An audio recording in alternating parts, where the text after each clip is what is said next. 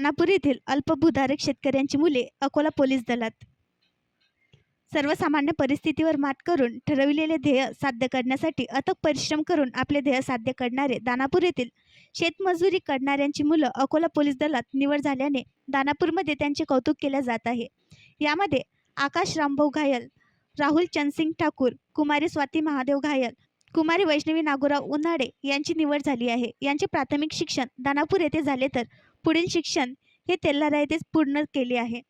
त्यांनी पत्रकार तथा माजी सैनिक सौ पुंडलिकराव घायल, कौटिल्य अभ्यासिका दानापूर येथे स्पर्धा परीक्षा अभ्यास करून आज आपले ध्येय साध्य केले।